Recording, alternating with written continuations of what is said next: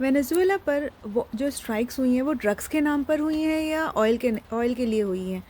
ये सिंपल सा क्वेश्चन है, सबको पता है कि ऑयल के लिए हुई हैं, क्योंकि वेनेजुएला के पास दुनिया का सबसे बड़ा ऑयल रिज़र्व है और यही वजह है कि अमेरिका और वेनेजुएला के बीच में काफ़ी लंबे टाइम से टेंशन्स बनी हुई थी। वॉशिंगटन का कहना है कि ये डिक्टेटरशिप है, ये कम्युनिस्ट रिजिम है, ये ड्रग्स का हब है। लेकिन क्रिटिक्स का सवाल सिंपल है, जो कि कहते हैं कि अगर प्रॉब्लम सिर्फ डेमोक्रेसी की होती तो ऑयल रिच कंट्रीज़ ही टारगेट क्यों बनते हैं यूएस के लिए।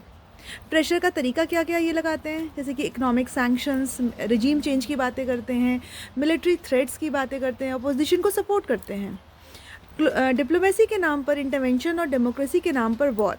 आप क्या सोचते हो, कमेंट करके बताना, और मेरे नेक्स्ट वीडियो पे इस पे हम लंबी चर्चा करेंगे।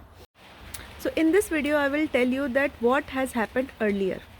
The event of 1989 and 90 when the United States acted against Panama's military strongman Manuel Noriega offer important context.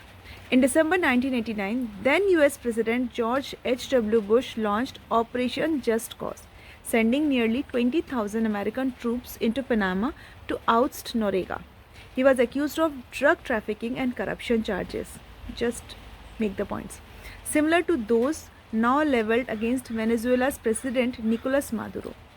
Unlike Maduro's capture, which reportedly took only few hours, Noriega managed to evade immediate arrest. He sought refuge inside the Vatican's diplomatic mission in Panama City, where he remained for several weeks. To force him out, US forces used psychological tactics, blasting loud rock music such as Welcome to the Jungle by Guns N' Roses and Paranoid by Black Sabbath around the compound. Noriega finally surrendered in January 1990 and was flown to United States to stand trial. While in custody, he pursued a lengthy legal battle to be recognized as a prisoner of war, that is POW, rather than an ordinary criminal. US courts eventually granted him POW status, which allowed certain limited privileges, including less restrictive detention conditions. After nearly 2 decades in US prisons, Noriega was extradited to France and later returned to Panama, where he died in 2017 at the age of 83.